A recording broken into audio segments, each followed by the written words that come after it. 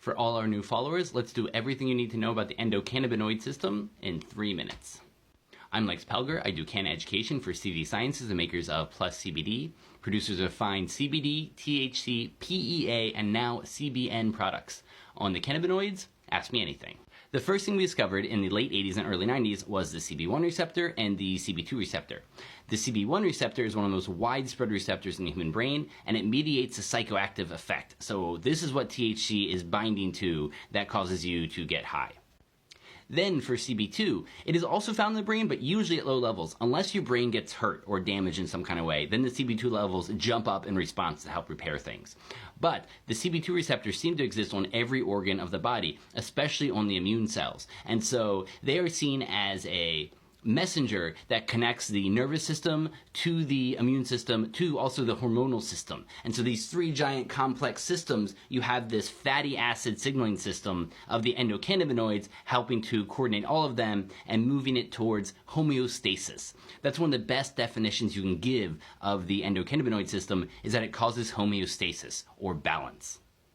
This is a great chart for all the places CB1 is in the brain, and it helps to explain how cannabis does such wildly different things to different people and also has so many different mental effects, because you have different levels of CB1 receptors in every part of your brain, and everyone's CB1 receptors are different and are going to respond differently to the different cannabinoids. The last thing to say is you don't have any CB1 receptors down here in the lowest parts of your brain in control breathing. That's why you can't overdose on cannabis. It wasn't long until they found the first two endogenous cannabinoids, anandamide and 2-AG. Anandamide they named after Ananda, which is a Sanskrit word for bliss. So this could be called your bliss neurotransmitter.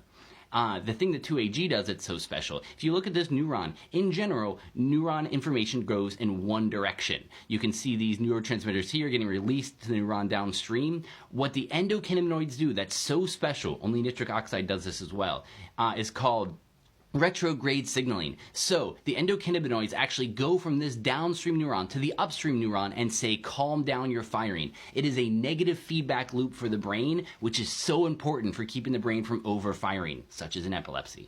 Those four components form the basics of what we knew: the CB1 receptor and the CB2 receptor, anandamide, and 2-AG.